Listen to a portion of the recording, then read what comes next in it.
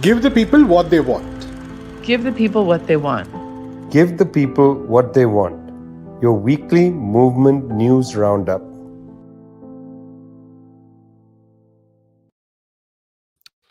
Well, it's the 25th of March, 2022. You're with Give the People What They Want, brought to you every week from People's Dispatch. That's Prasanth and Zoe. Peoplesdispatch.org, your weekly, your daily, hourly movement news source. I'm Vijay from Globetrotter. We're happy to be with you as we are every week. Of course, the conflict in Ukraine continuing. Ugly scenes in the press, photographs, video image, and so on. Meanwhile, Mr. Joe Biden, US President, arrived in Brussels, met with his European allies. Several significant things to put on the table regarding that meeting. Firstly, as you know, United States putting a lot of pressure on Germany to cut imports of natural gas from Russia. Germany continues to import natural gas. Largely, it is actually true that Europe is reliant on Russian natural gas for its energy purposes, its fertilizer production, and so on. Olaf Scholz, the Chancellor of Germany, has said he cannot ban Russian natural gas immediately because this would plunge Germany, he said, into a recession. The United States has alternatives. It has such alternatives that they make the front page of the Wall Street Journal, the best place to get news about war profiteering and so on. Well, what does the United States say is an alternative to Russian natural gas? Take your guess, friends. It's liquefied natural gas coming from the Gulf states, from Dubai, from UAE, from Qatar, but also from the United States. A very large shipment of U.S. Natural gas. In 2021, the United States actually supplied Europe with 22 billion cubic meters of natural gas, wants to increase this. Hence, front page news, Wall Street Journal, jubilation among US energy companies. Let's go, friends. Let's make money. Let's substitute US energy suppliers for Russian energy suppliers. Let's integrate Europe back into the North Atlantic and not allow Europe to integrate naturally with the rest of the Eurasian continent. That's the first thing that Mr. Biden put on the table. He will be signing an agreement with the European Union on this very soon. I think that'll be on the table. Mr. Biden is also going to go to Poland. It is said that he will speak with Mr. Zelensky at the border between Poland and Ukraine. Now, this is a tense moment, friends, because the border of Poland and Ukraine, that's Galicia. That's an area which Poland has long coveted.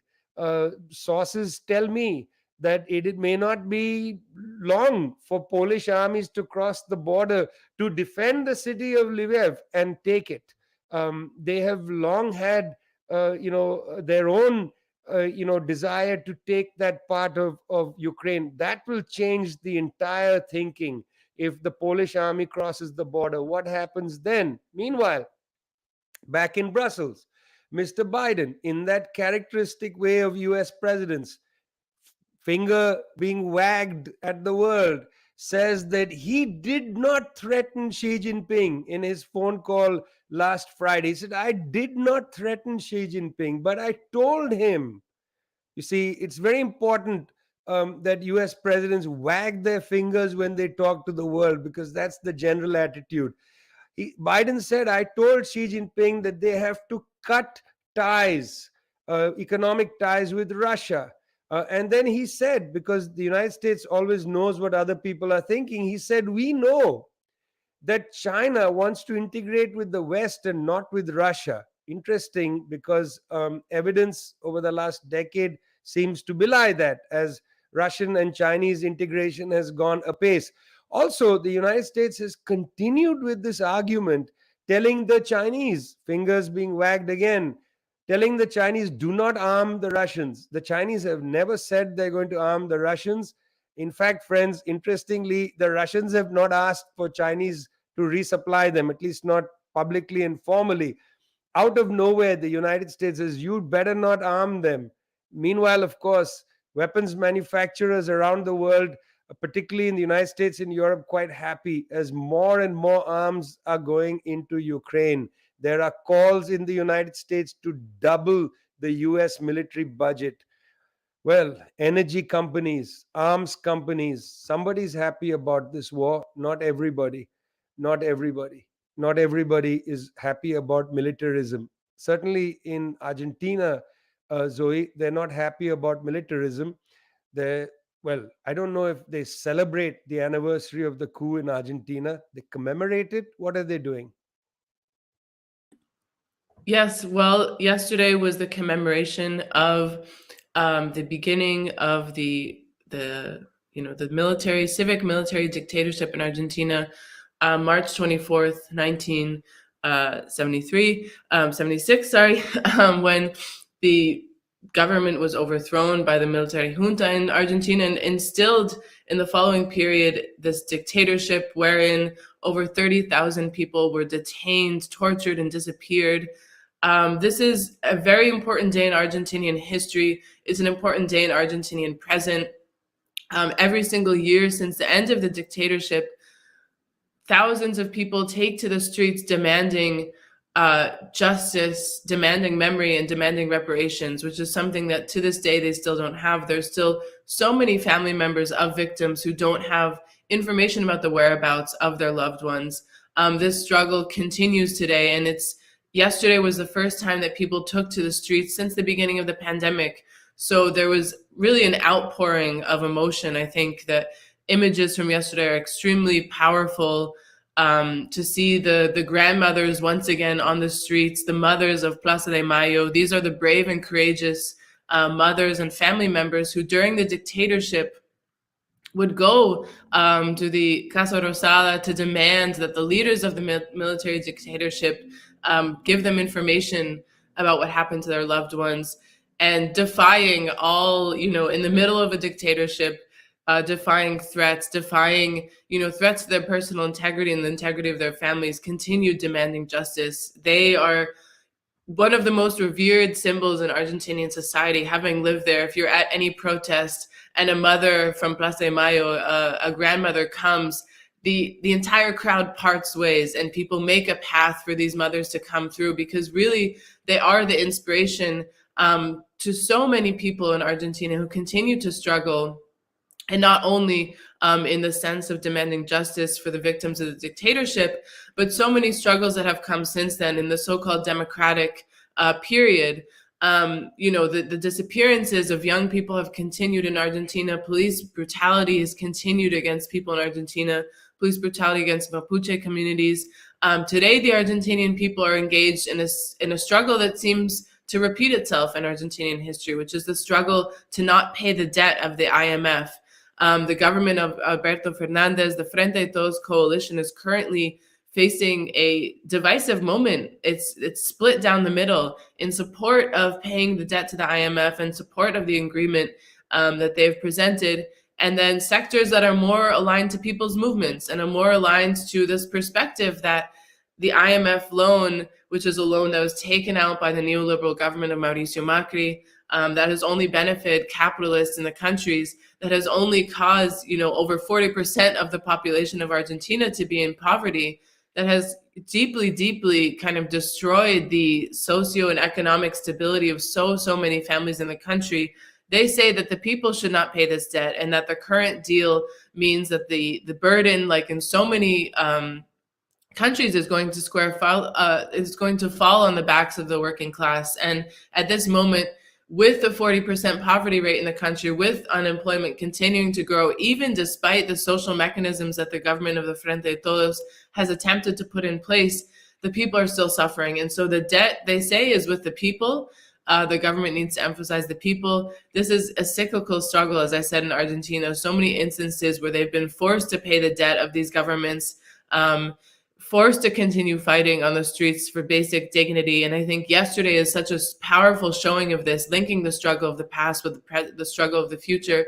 You see mothers like Norita Cortinas, who's 96 years old and continues to march hand in hand with the people, with the youth, with the indigenous communities of Argentina, with people across Latin America. I think it's such an inspiration, and we need to hold up these stories, these figures who continue to inspire us to fight for a better world.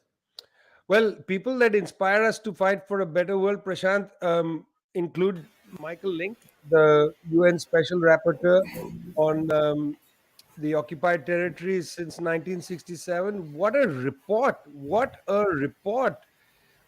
We saw that with other human rights organizations, but this is the United States. What's in his report? Right. So, Vijay, it's quite an interesting report. And first of all, it's 18 pages, so I think it's something that everyone should read, because it is a very analytical, very well argued case. And the question really Michael Link asks is a very simple thing. That, of course, let's put some context, like you said. For generations, Palestinian organizations have been saying that Israel is practicing apartheid. In recent times, we have seen some of the more prominent organizations. We have Human Rights Watch, for instance, Amnesty, all of them reaching a similar conclusion as well, B'Tselem also. And I think this has marked a sort of, we talked about this before, this has marked a sort of trajectory in the global understanding of what Israel is doing. And this is a very important report right now, because as a UN Special Rapporteur, he's placed this argument before the UN Human Rights Council. And he's presented his argument in a very simple way. He said that, basically, we've all accepted that Israel has occupied Palestinian territory. But has it evolved, has it congealed into something else, is really the question he's asking. And while, of course, people studying the issue, people reporting in this issue might be impatient, considering the fact that these are obvious facts on the ground. Nonetheless, these reports are important. And what he concludes is very clearly that this is definitely a case of apartheid, using the legal reasoning which has defined apartheid. There's a convention against apartheid. There is the Rome Statute, two important milestones in international legal jurisprudence, and using some of the key arguments mentioned, some of the key factors mentioned in those documents. He basically looks at what the definition of apartheid is. There existing an institutionalized regime of systematic racial oppression. It has an intent to maintain the domination of one racial group over the other. And there are inhumane acts created as an integral part of this regime. These three aspects are how he sort of, sets the ground. And then the rest of the report really talks about what's happening on the ground. The fact that, at every level, there is a very systemic and systematic attempt whereby to destroy the lives and the livelihoods of the Palestinian people. One important thing, of course, to note is that this report focuses exclusively on the occupied Palestinian territories. There is no reference to what is historic Palestine or to the diaspora outside. But even within these occupied Palestinian territories, he makes it a clear point to show how there is very systemic and systematic discrimination from various instances of day-to-day life, moving around from place to place, from finding a job, from basic personal security to the brutal acts of invasion and warfare that the Israeli state regularly commits, pointing out that the fact that the land of the Palestinians is being systematically seized and the possibility of a Palestinian state is being destroyed through settlements is inseparable from the fact that Israel maintains a very powerful military, and it is military rule which is essentially prevailing in the occupied territory. So these are basically two sides of the same coin. There is no separating one from the other. And, so he clearly points out that basically there is a huge onus on the international community, for instance, to step up and take some kind of action. There is, of course, an onus on Israel, which it is time and again denied. And that is part of his report, the fact that time and again Israeli authorities have basically indicated that this is not some kind of, a mistake or a tangential policy. This is essential to the way the Israeli government sees itself, the nation-state law, for instance, being one of the most classic examples of how they want the future of Israel to be. So this report clearly points out in the most, I would say, conservative legal terms. So let's be very clear. This is not, a radical report. This is, in some senses, uses the most conservative legal terminology and definitions. And even by those standards, Israel is very clearly an apartheid state. And I think he does a good job of pointing out that there is a continuity between the apartheid experience in South Africa and the apartheid criminality of Israel. There are some differences, of course, but there are many other ways in which Israel has been practicing worse. So I think all these important points, Israel, of course, will definitely dismiss the report. But the key question, I think, is that does this mark a change? Does this mark a shift? If, for instance, the UN Human Rights Council considers this more seriously, does saying apartheid does it start becoming more normalized, applying the kind of pressure that Israel truly fears? Does the boycott, divestment, and sanctions movement, gain more power because of this? I think these are important strategic questions. It's very important. I mean, the question of apartheid, it's a legal question. It then raises issues of the International Court of Justice, the International Criminal Court, and so on, provides the basis for the UN Human Rights Council to act in a censorious way of the Israeli government. Very important development. I'm glad that we're keeping an eye on this, of course, coming after the Human Rights Watch and Amnesty text. You're listening to Give the People What They Want, coming to you every week from People's Dispatch and Globetrotter. Hope you go regularly to People's Dispatch. This story has been written up at People's Dispatch. You can read it. You can go through the link to read the 18-page report at the UN Human Rights Council page. I think it's well worth sharing that report with friends and others. It's a pretty interesting text. In fact, the point Michael Link makes, Prasanth, which you mentioned about the question of South Africa. It's not a question of some distant past in South Africa, he writes. I think he writes that very well. Fortunately, on Give the People What They Want, we just don't always do bad stories. This time we're going back to Colombia, but let me tell you something. Normally when we go to Colombia, it's a story of a terror that has been gripping that country, assassinations, murders of different kinds, and so on. This time, after the election, primary election, Gustavo Petro, ready to lead the historical pact into the presidential election, picked a very interesting vice presidential candidate, Zoe. I was very impressed with this decision. Tell us a little bit about who Gustavo Petro picked and why we should be interested in her. It is a historic moment in Colombia, and I think in countries, it is a historical moment for the world. Gustavo Petro picked Francia Marquez to be his vice presidential candidate. Important to note that Francia Marquez in the internal primaries of the Historic Pact actually did get the second most votes, which was extraordinary. Francia Marquez is a Afro-Colombian human rights and environmental defender. She comes from the region of Cauca in Colombia, one of these regions that we've talked about so many times on this show because the high levels of violence. It is a region that's very rich in mineral resources. There are a lot of armed groups that are occupying different territories in Cauca. Francia, for example, fought a very long struggle against illegal gold mining in her community, fighting for the rights of the Afro-descendant communities there.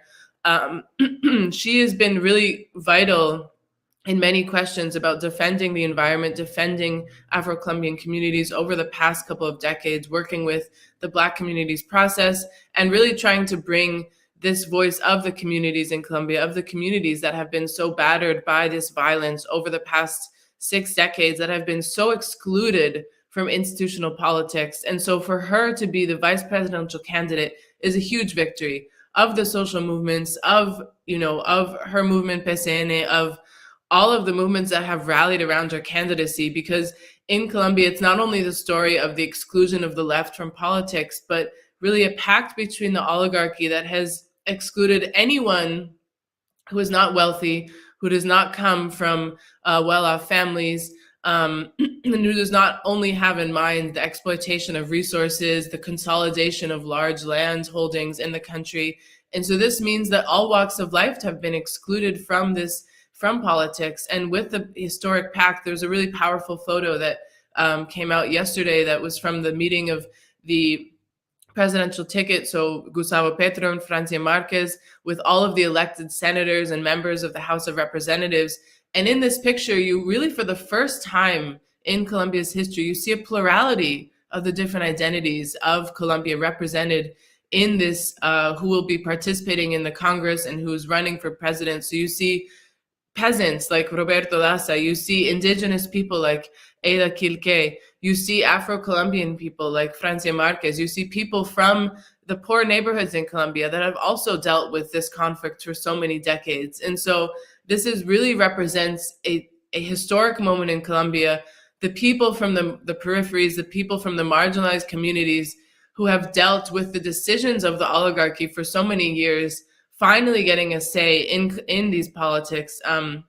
Francia Marquez is, an incredible leader, and she's been really working so hard over the past year to legitimize her request to be taken seriously as a political leader. And so many people have been coming out. There's been a barrage of very racist, very, classist news articles since this announcement saying that she's not fit to be a leader. Who is she, saying a lot of questioning her character and her validity and her legitimacy. And I mean, you look at someone like Iván Duque, who had zero political experience and was just plucked by Álvaro Uribe and put in the presidential chair. And there was no questioning of that. And so I think, not only does this represent a different kind of voice coming to politics, but also breaking these racist, sexist, and classist, stereotypes and fixtures on the political institutional life in Colombia. I think right now the polls really indicate that there could be a victory of the historical pact. Gustavo Petro and Francia Marquez are polling at 32%, with Fico Gutierrez, who's from the conservative coalition that's called Team Colombia. He has about 23%. So it seems that in the first round, they won't be able to clinch a victory, but it's very likely that in the second round, they will be able to win, given the current voter intention polls right now. This is a very interesting time in Colombia. I think we'll have the luxury of reporting on this somewhat regularly up until these polls in May. So important to watch. The fate of Colombia will really decide the fate of the rest of the continent. Well, I hope, apart from all those big things you just said, Zoe, I just hope that Francia Marquez pokes a big finger into the eye of white supremacy in Colombia. That'll give me enough joy. Speaking of white supremacy, a headline you will not read in any other publication except People's Dispatch. Here's the headline: 80% of rural African population lacks safely managed drinking water. Now, that looks like a pretty dull headline. If I was the sub-editor, I would say jazz it up a little bit. What is there to jazz up, really? 80% of rural African population lacks safely managed drinking water. That's not the fantasy of a talking head. That's the UNICEF WHO report. Not only 80% of rural African population lacks safely managed drinking water, it's drinking water. Prasanth? Absolutely. Right. So the report came out on the occasion of World Water Day, which was March 22nd. And, often these days are seen as a bit anodyne nowadays. Not many people really pay too much attention to it. But I think these are some of the dire challenges of our time. And this report has some shocking numbers, in terms of, this is one aspect, of course, the safely managed drinking water. The same, the 75% lack safely managed sanitation, 70% lack basic hygiene services, and this is in the rural areas. It's not too much better in the urban areas. I think 40% of population in urban Africa lacks access to safely managed drinking water as well. And I think the important question here really is that we need to be clear that this is not due to a lack of resources. There is actually, in fact, the report also points out that there is sufficient groundwater to sustain the population for over 50 years of drought. And, the point really is of being able to extract the water, being able to provide it, most importantly, to its citizens in an equitable way. And that is where many of these governments have failed. And many of these governments also failing due to the fact that, they have been pressured in terms of their economic policies to not really incentivize work on some of these issues so much. For instance, even this report, while listing the nature of the problems that are there, nonetheless makes it, makes a suggestion that there should be some investment, some private participation. And I think some of the experts we spoke to, our colleague Pawan wrote the story, asked the question that why would a private enterprise invest in providing safe water to rural areas? It's not going to be profitable for them. So the key question really here is that governments need to spend money, invest in building those kind of distribution networks, in building those kind of supply networks. But at the same time, these very same governments are told time and again that your single most important responsibility is to cut down your spending. Your single most important responsibility is to worry about your fiscal deficit. Say food and water for the population be done. That's really not your concern. The market will take care of it. So, although we've had this debate for decades now, I think numbers like these really show the human toll that it takes. This is not in the realm of some policy making or some abstract economic theory. The fact that these kind of policies are what are imposed by the IMF, by the World Bank in return for any kind of funding makes it almost impossible that there is going to be any change. And we all know with climate change, with global warming, the situation might get even worse in many of these areas. Will migration take place? The future looks very bleak, especially due to the fact that there are no good social distribution mechanisms in place for even basic necessities. When we're talking about basic necessities, it's well worth considering the fact that, it's well worth considering the fact that this war in Ukraine is really knocking food prices out of the park. The UN Conference on Trade and Development just released a report where they have a graph of food prices from 1961 to 2022. There's two spikes. One spike is in early 1970s. Some of that occasioned by the oil crisis, the oil shocks of 67, and droughts, severe droughts. But the second is the Ukraine war spike. I've just done another story on Central Asia, where last week the president of Kazakhstan, Tokayev, gave a speech, his State of the Union address, where he talked about the need for countries like Kazakhstan to de-link from the global food supply chain and to integrate regional food supply chains. And he used the phrase food sovereign, to go back to being food sovereign. 25% or so of world wheat is produced in Ukraine and Russia. It is incredible how this war, accelerated by the United States, pursued by the Russians, it's extraordinary callous, this war, because this war is going to lift food prices, take them out of the reach of many more hundreds of millions of people around the planet. Already fertilizer prices up 17%. This is going to have a knock-on effect on food. In some parts of the world, grain prices already up 10%. 10%, that's 10% over roughly 10% of food price inflation as a consequence of COVID last year. Here's what the UN Conference on Trade and Development said in their report.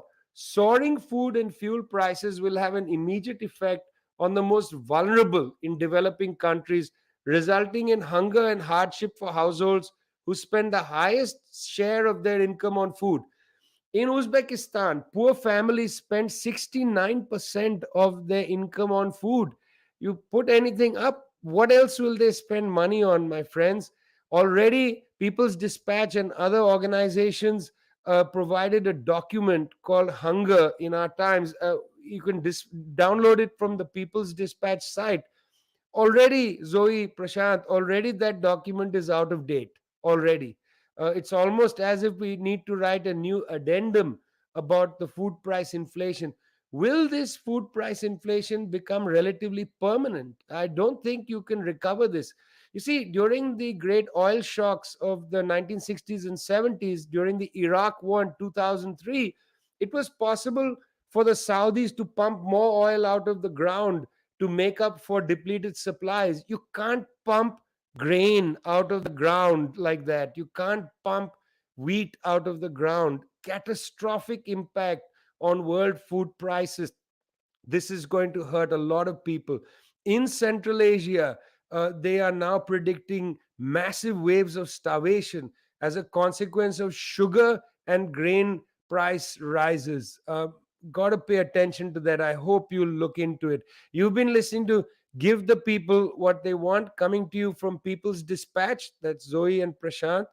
A great place to get your movement based news. I'm Vijay from Globetrotter. We'll see you next week, and I hope we have more stories such as the one from Colombia for you next week.